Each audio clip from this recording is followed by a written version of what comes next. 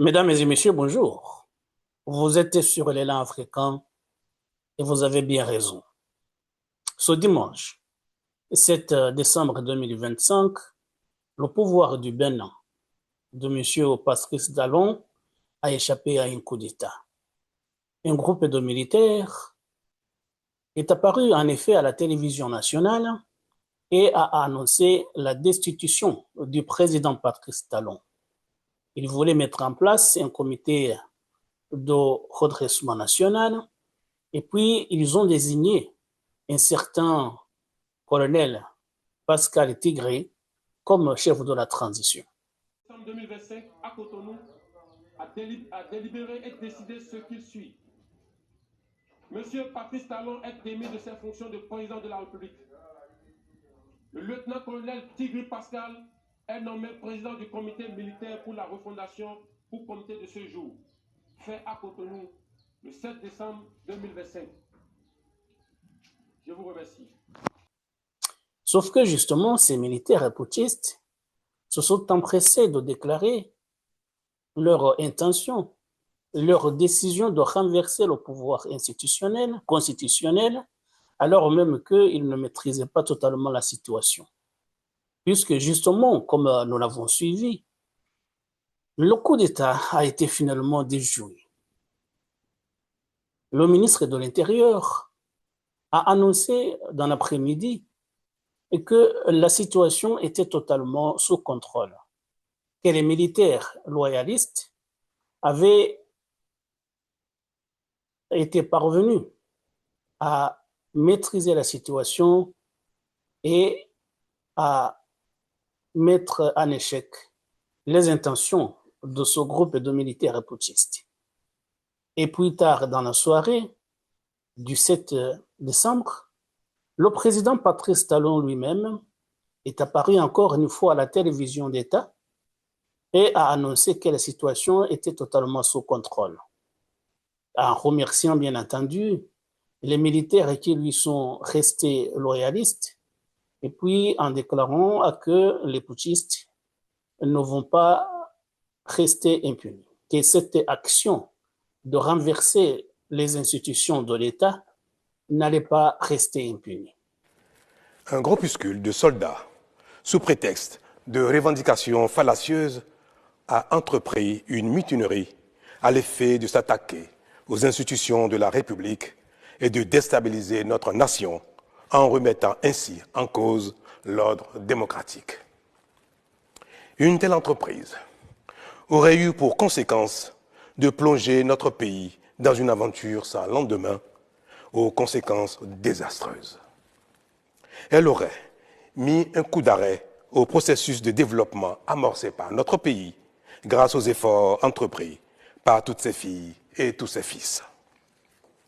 En pareille circonstance, le devoir républicain m'impose, en ma qualité de président de la République, chef suprême des armées et garant de la stabilité du pays, de prendre les mesures appropriées pour faire échec à l'œuvre des aventuriers désireux de nous faire retourner dans un passé de triste mémoire. J'ai donc, en coordination avec le commandement des forces de défense et de sécurité, engagé les actions nécessaires au maintien de la paix en vue de garantir la sécurité et la quiétude de tous sur toute l'étendue du territoire national. Je voudrais ici saluer le sens du devoir de notre armée et de ses responsables qui sont restés républicains et loyaux à la patrie. Avec eux, nous avons fait front, repris les positions jusqu'à nettoyer les dernières poches de résistance des mutins. Cet engagement et cette mobilisation nous ont permis de faire échec à ces aventuriers et d'éviter le pire à notre pays. Cette forfaiture ne restera pas impunie. Voilà donc pour les faits. Et puis on a appris également que la CEDEAO, la Communauté économique des États de l'Afrique et de l'Ouest, a commencé par le Nigeria, avait participé à faire déjouer ce coup d'État. Un coup d'État de trop, bien entendu, puisque dans cette région, il y a plusieurs coups d'État ces derniers temps, le dernier en date étant celui qui a renversé le pouvoir, le dernier en date étant celui dont nous avons parlé ici, un coup d'État que beaucoup qualifient de factice, le coup d'État qui a renversé le président de Guinée-Bissau, aujourd'hui réfugié au Congo-Brazzaville. Mais on dit que c'est lui-même qui était derrière ce coup d'État pour échapper à la défaite électorale. Et nous en avons discuté ici, on ne va pas y revenir. Mais voilà donc, la CEDEAO a participé cette fois-ci à faire déjouer le coup d'État qui était en cours. Vous savez, comme nous venons de le dire justement, que les putschistes venaient de faire cette déclaration publique à la télévision nationale annonçant la destitution du président Patrice Talon. Et voilà donc les putschistes qui sont maintenant en fuite. Et on a appris que la nuit, au cours de la nuit du 7 au 8, ça veut dire la nuit dernière, ces putschistes qui avaient pris en otage deux hauts gradés de l'armée béninoise, ils les ont libérés finalement. Ils sont en fuite. Et ils sont pourchassés, bien entendu. Vous avez entendu le président dire que cet acte ne sera pas impuni. Ça veut dire donc qu'il y a des poursuites qui vont être engagées et que les auteurs de ce coup d'État raté vont être traduits en justice. Mais pourquoi donc ces putschistes ont voulu renverser le président Patrice Talon? Vous savez que Patrice Talon est à la fin de son mandat. Il va y avoir des élections au mois d'avril prochain. Et puis, Patrice Talon ne se représentait pas. Il a fait ses deux mandats constitutionnels et il n'a pas voulu prolonger son mandat, modifier la Constitution comme nous avons l'habitude de le voir ailleurs. Lui, il va partir et il a désigné un dauphin en la personne de Romuald Wadani, qui est maintenant ministre des Finances. C'est lui que le parti de Patrice Talon a désigné comme candidat à la prochaine élection présidentielle. C'est donc Patrice Talon qui va s'en aller. A fait l'objet de ce coup d'État-là, c'est que peut-être les putschistes ne le visaient pas personnellement, mais visaient plutôt sa mouvance politique, ça veut dire son pouvoir. Puisque Romuald Wadani, qui est ministre des Finances, quand il va, puisque c'est lui maintenant qui est donné vainqueur selon les sondages, s'il gagne les élections comme les sondages justement le prédisent, il va adopter la même politique que Patrice Talon, son mentor. C'est pourquoi donc, à mon avis, les putschistes n'ont pas attendu. Ils ont dit, même si Patrice Talon va partir, nous allons quand même mener cette action de renverser les institutions, puisque celui qui va arriver aura la même politique que Patrice Talon. Et la raison qu'ils ont avancée, ils ont dit qu'ils voulaient renverser les institutions puisqu'il y avait une dégradation de la sécurité dans le nord du pays et que le pouvoir abandonnait les militaires tombés sur le front. Vous savez, il y a une insurrection dans le nord, comme tous les pays de la région connaissent maintenant des insurrections des djihadistes de Boko Haram. Et donc, c'est pour cela que ces militaires ont voulu renverser le pouvoir de Patrice Talon, puisqu'il ne prend pas les mesures nécessaires en vue de redresser la situation. Et ils voulaient donc prendre le pouvoir pour s'occuper de la sécurité dans le nord du pays. Vous savez, c'est les mêmes raisons qui ont motivé les coups d'État dans les trois pays du Sahel, ça veut dire le Burkina Faso, le Mali et le Niger. Donc, ces militaires avaient les mêmes motivations que les putschistes des trois pays du Sahel. Est-ce qu'on peut dire pour autant qu'ils se sont inspirés de ce qui s'est passé chez les voisins de l'AES? Certainement. Certainement, ils ont vu que justement ça marchait peut-être mieux, selon eux, après les coups d'État dans les pays voisins. Ça veut dire que les militaires s'occupaient de la sécurité mieux que les civils qui ont été renversés dans les 3 pays du Sahel. Et donc, il voulait faire la même chose. Ce sont des questions sécuritaires qui étaient derrière cette action de renverser le pouvoir du président Patrice Talon. Sauf que justement, au Bénin, les putschistes ont échoué. Et puis, justement, on parle maintenant de l'intervention de la CEDEAO. La CEDEAO qui a condamné le coup d'État, comme l'Union africaine d'ailleurs, mais la CEDEAO est allée au-delà même de la condamnation et ils ont envoyé un contingent militaire.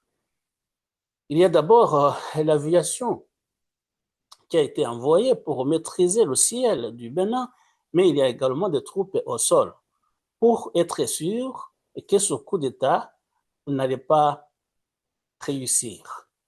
Et maintenant, on sait que le coup d'État a échoué. Donc, il y a la motivation sécuritaire, mais il y a également l'intervention de la CEDEAO. Il y a l'armée béninoise qui a réussi à faire échouer ce coup d'État, mais il y a également l'intervention de la CEDEAO qui a prêté main forte à l'armée béninoise.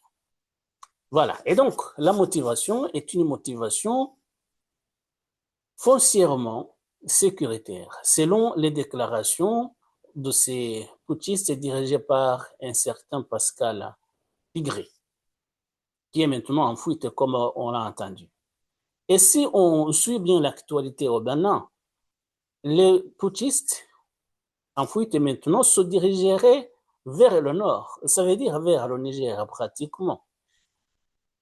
Ce qu'on disait, qu'ils se sont inspirés de ce qui s'est passé au Burkina Faso, au Niger et au Mali.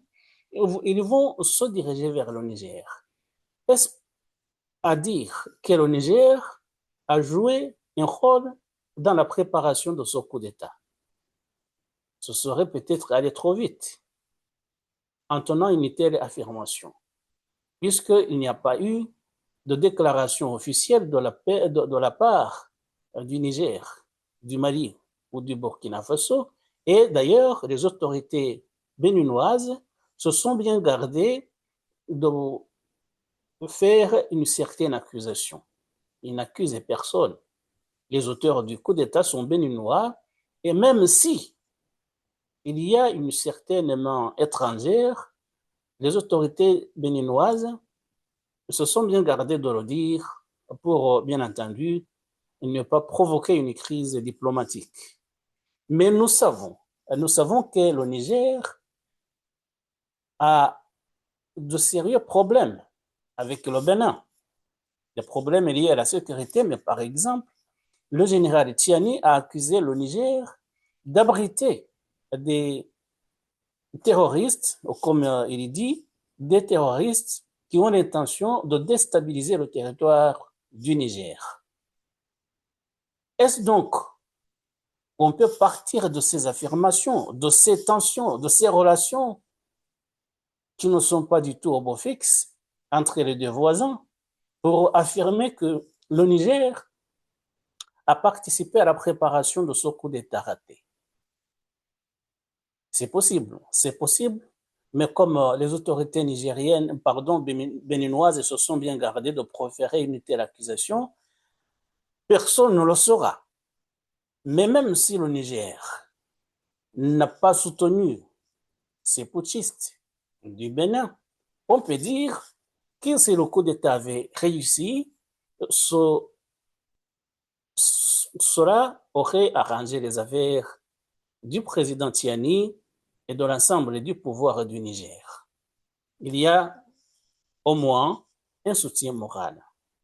Le fait même que les auteurs du coup d'État raté se dirigent vers le nord, ça veut dire qu'ils vont essayer de trouver refuge dans les pays de l'AES. Pas forcément le Niger, mais dans les pays de l'AES. Je ne sais pas si cela ne va pas provoquer une crise entre les deux pays. La crise existe déjà. Mais est-ce que s'il réussit à franchir la frontière et que le Bénin réclame que le Niger renvoie ces auteurs du coup d'État qui sont maintenant recherchés au Bénin, est-ce que le Niger va le faire? rien n'est moins sûr. Et donc, on va voir ce qui va se passer. Dans tous les cas, c'est très bien que le coup d'État rate. Parce que, de toutes les façons, sur le continent africain, ça commence quand même à bien faire. On a connu une période où la stabilité était de retour, où beaucoup de pays avaient adopté une culture démocratique, où les gens accédaient au pouvoir par des élections, où les dirigeants respectaient les mandats et puis partaient et pour laisser la place aux autres. Mais maintenant, depuis au moins 2020, on voit la recrudescence des coups d'État, de la prise de pouvoir par la force, notamment par les militaires. Et ça, justement, c'est pas un bon signe. On ne va pas condamner ceux qui font des coups d'État seulement.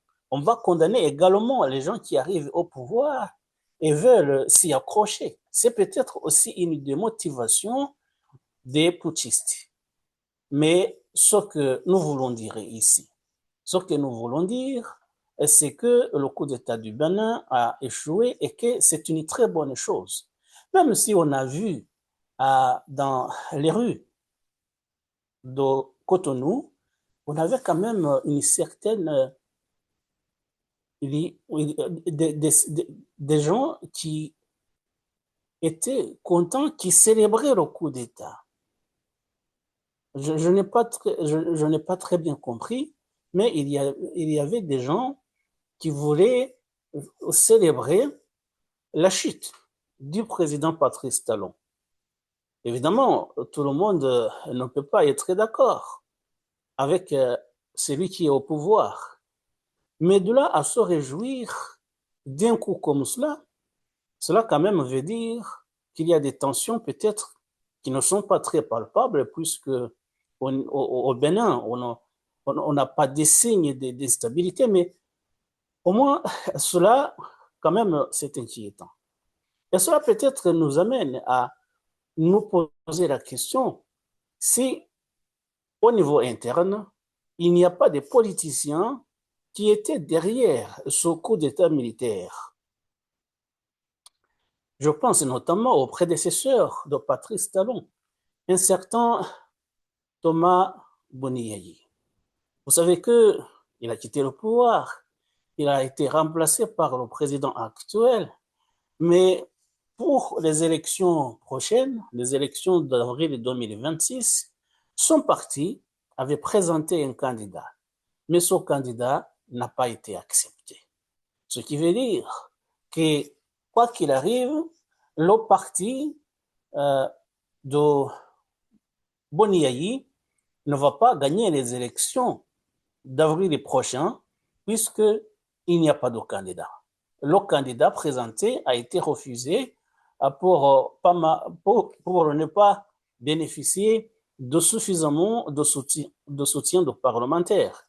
C'est la raison qui a été évoquée, même si on le sait en Afrique, des fois, on refuse des candidats pour ne pas avoir des problèmes, pour ne pas affronter des candidats jugés sérieux. Et donc, le parti de Boniayi, même si, comme je le disais, le pouvoir béninois n'a formulé aucune accusation, ni à l'encontre des voisins, ni à l'encontre des politiciens internes, mais on se pose quand même cette question, est-ce que Boniayi, ou du moins le camp Boniayi, ne serait pas derrière ce coup d'État raté? Ce qui signifierait justement qu'ils n'ont pas voulu attendre les élections de l'année prochaine pour affronter peut-être le successeur de Patrice Talon. Mais ils ont dit de toutes les façons, celui qui va arriver, c'est peut-être Romuald Wadani, et il est du même bord politique que Patrice Talon. Et donc, on ne va pas attendre avril prochain pour renverser ce pouvoir. On ne va pas attendre les élections puisque nous n'allons pas y participer. Du moins, nous n'avons pas de candidat aux élections de l'année prochaine. Et donc, le mieux serait de renverser le pouvoir de Patrice Talon et de faire échouer les élections. Un peu comme ce qui s'est passé en Guinée-Bissau. Là, il y a eu des élections, mais quand le président a vu qu'il allait les perdre, il a organisé un coup d'État. Il a organisé un coup d'État contre lui-même. Et maintenant, on a vu, c'est ses proches qui sont au pouvoir. Il y a des militaires qui lui étaient proches. Il y a également celui qui était son ministre. Un de ses ministres a été nommé premier ministre par les putschistes. Je parle de la Guinée-Bissau. Et donc, cela aussi peut-être a inspiré les putschistes du Bénin, puisqu'ils ont voulu renverser le pouvoir avant la tenue des élections, puisque, contrairement à ce qui s'est passé en Guinée-Bissau, ils n'ont pas de candidat. Donc, si à supposer que le bord politique de Thomas Boniayi soit derrière ce coup d'État, et donc ça veut dire qu'ils ont voulu anticiper et ne pas attendre les élections. Mais même si le camp de Thomas Boniayi n'est pas derrière ce putsch, il se pourrait que tout simplement ces militaires, dirigés par Pascal Tigré, étaient des sympathisants ou des partisans de l'ancien président. Tout cela justement pour dire que il y a certainement des politiciens au niveau interne qui étaient plus ou moins derrière ce coup d'État, mais dans la région également, que ce soit au Niger ou dans l'ensemble de l'Alliance des États du Sahel, il y a certainement, même s'il n'y a pas de soutien direct, mais au moins il y a un soutien moral derrière ce coup d'État qui vient d'échouer. Mais nous nous félicitons justement de ce que les institutions ont réussi à échapper à leur renversement par la force militaire. Il y aura des élections l'année prochaine. On espère que les élections vont se dérouler dans le calme et dans la transparence et que le vainqueur aura réellement le mandat populaire que tout le monde réclame quand il y a justement des élections. Et voilà, mesdames et messieurs, merci encore une fois de nous avoir prêté attention et à très bientôt pour d'autres sujets. Au revoir et bon début de semaine.